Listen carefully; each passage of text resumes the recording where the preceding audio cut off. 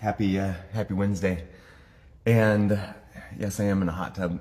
And you know what? I have built this place, Symmetry Pool House, to be a place of connection and learning and healing and I I hired a doctor a few years ago, and he was great. It was like this world class weightlifter, cage fighter, like assault dog trainer, and he was pretty much down for anything, and so any crazy idea, he would just do it. And so we brought up the idea of doing lessons from the hot tub, or hot tub Tuesdays, or something like that. And then like within one conversation, he did it, and he like set up the lighting and the microphone, and he recorded it, but he had the jets going, and it was this whole thing, but it was just terrible quality, and our current team at the time was like, oh, I don't know about that. And they kind of shut down Hot Tub Tuesdays. And so I would like to bring them back. I'd like to bring the Hot Tub Tuesdays back, but it's Wednesday, so it doesn't really work for the alliteration today. But I just got done running 10 miles today.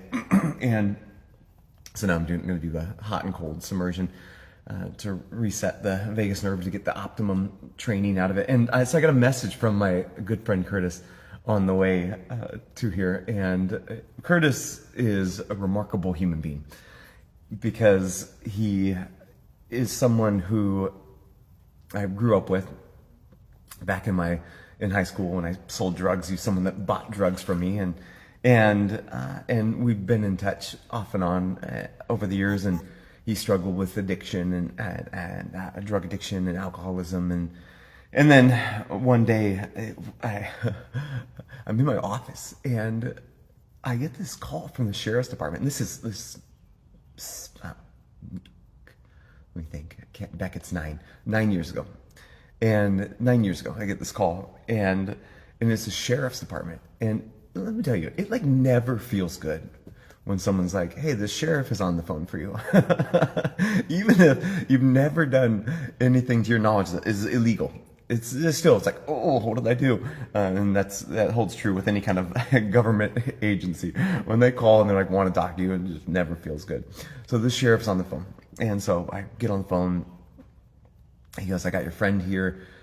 He's got a warrant out for his arrest, and I got to take him to the police station, and book him. And unfortunately, he's like, but he's been such a nice guy that it's like, I don't want to impound his vehicle and punish him, because he's a nice guy. So would you come up and get his vehicle?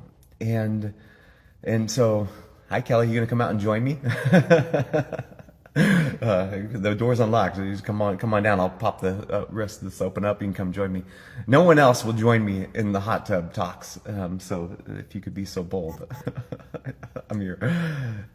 So I expressed my concern to this police officer that, I'm like, I don't know why my friend has a warrant out for his arrest. I don't know why he's getting arrested.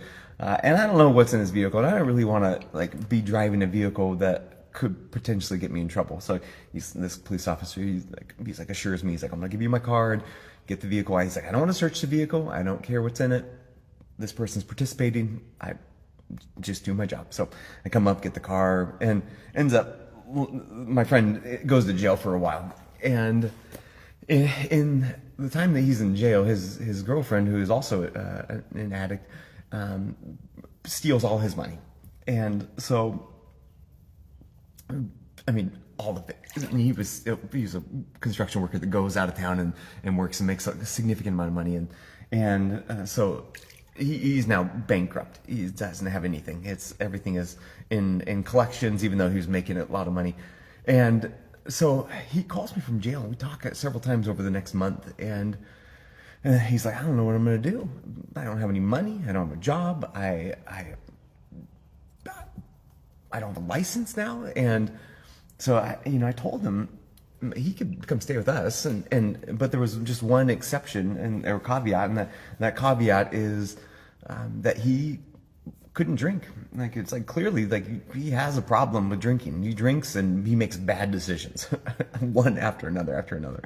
And now I understand. I've researched with the top experts in the world for with neuroscience and understanding brain function. I understand it now, but at the time I'm just like new. Like, I know that alcohol and him do not mix, and I'm also not someone that's believes in babying people. So I told him, I said, you can stay with us, and you can't drink if you want to stay with us, but I'm gonna drink, and I'm gonna drink alcohol right in front of you. So you gotta figure that shit out. And he did.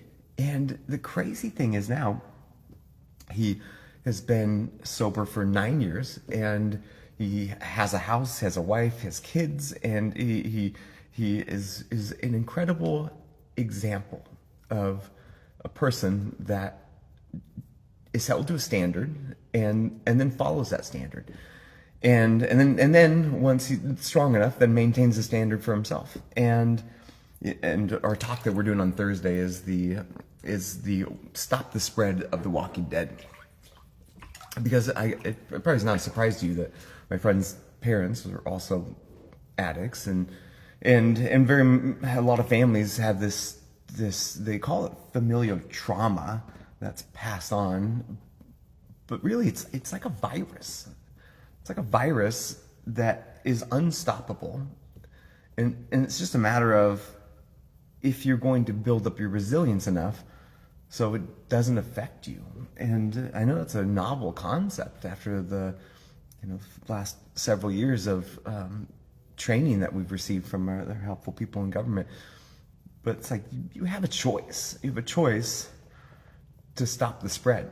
The virus may be unstoppable. The virus of anxiety, addiction, exhaustion, it may be unstoppable. But you have a choice whether you are going to be a host to it that then is victim to it, or if you're going to be someone that is so resilient that it does not affect you. And so that's going to be the theme for Thursday in the office. It's 2:00 in the afternoon. There's a Facebook event, Stop the Spread of The Walking Dead. And we're going to make it super simple to understand the root neurological causes, because with anyone who's struggling with anxiety or with addiction or exhaustion, like the conversation they have is within themselves is like, why do I feel this way? It's going to give you the answers. And I'll give you a little teaser. It's like, it's not because of your environment. It's because of your way that you perceive your environment, which comes down to very simple neuroanatomy and understanding neuroanatomy. And then, so number one, why do I feel this way? Understanding the root cause, the neuroanatomy behind it. Number two is the second thing that people have is like, I just don't want to feel this way anymore. And what you can do, like after the talk, immediately in order to make that process occur, stop that process of the Walking Dead expression of addiction, exhaustion, and anxiety. And then number three, third question or statement that people have that suffer with this Walking Dead affliction is like, if this is the way life is that life worth living? And I suffered very much with this myself, and when I broke my back in high school and was put on highly addictive pain meds and smoked a ton of weed, and it was a question I asked myself for a long time, and many people get to the point where the answer is no, and then they take their own life. But by the end of that talk, we're going to give you the answer, which is, if this is the way life is going to be, is that life worth living? The answer is no. And what exactly you can do in order to change it. Because just like myself, just like my good friend, which I didn't get his permission to say his name, so I probably hope I didn't do that at some point. It just comes down to making a choice, having a plan, and then being able to execute that plan, and then holding yourself to a standard. Because if you look around and you see the people around you and they resemble this Walking Dead of disconnected people getting through the day, just holding on, and you ask them for advice, they're going to give it to you. And they are more than happy to have you join them. If you would like to break free from that herd of people that are stuck feeling hungry all the time, exhausted, reacted, and disappointed, if you'd like to break free, then come tomorrow. Spend 30 minutes and dare I say it, can offer you a plan that would help guide you away from that status. And as you could see,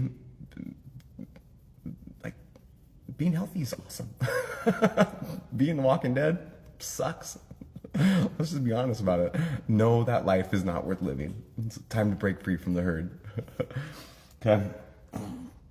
I don't really have any other stories other than I'm gonna go jump in some cold water now, which sucks also. But the end result, and then maybe that's the concluding point, is that doing things that help make you healthy suck.